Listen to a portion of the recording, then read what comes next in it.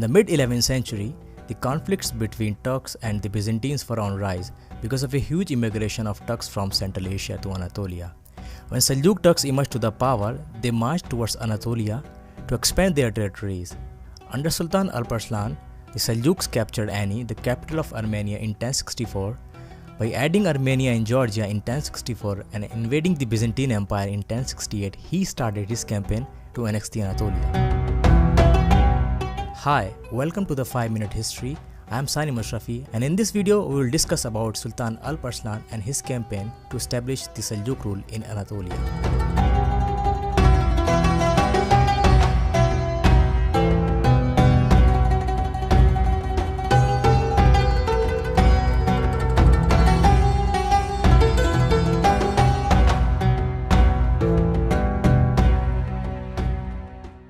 Sultan Alparslan was the son of Chagri Bey and the nephew of Sultan Tughril, who was the founder of Seljuk Empire.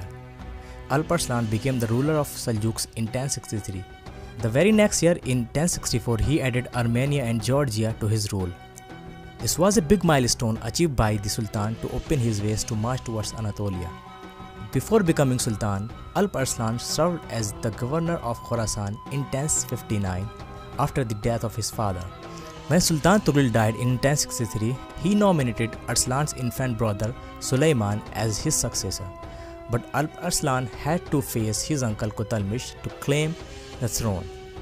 Alparslan defeated Kutalmish in the Battle of Damghan in 1063 and became the Sultan.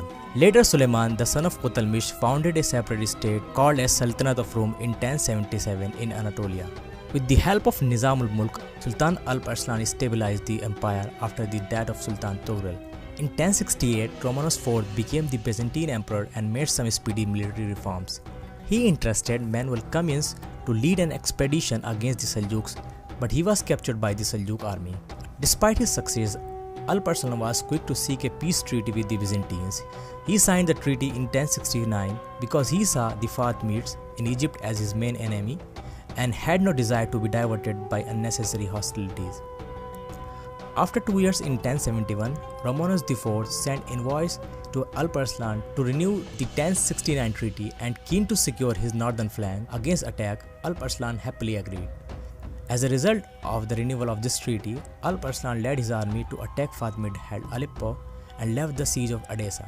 But the treaty was mere distraction, and taking the advantage of the absence of Sultan Alparslan in Anatolia, Romanos now led a huge army into Armenia to recover the lost fortresses before the Seljuks had time to respond. Then, with his eastern border secure and his rear protected, Romanos would be in a perfect position to either attack the Seljuk army if it attempted to enter Anatolia through the Taurus mountain to intercept him, or strike deep into the heartland of this sultanate down the Euphrates river valley.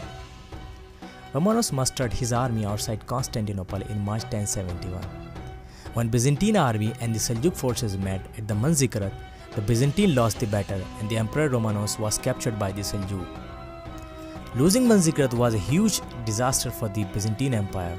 Although the Byzantine lost the Anatolia, but the empire still ruled 300 more years from Constantinople.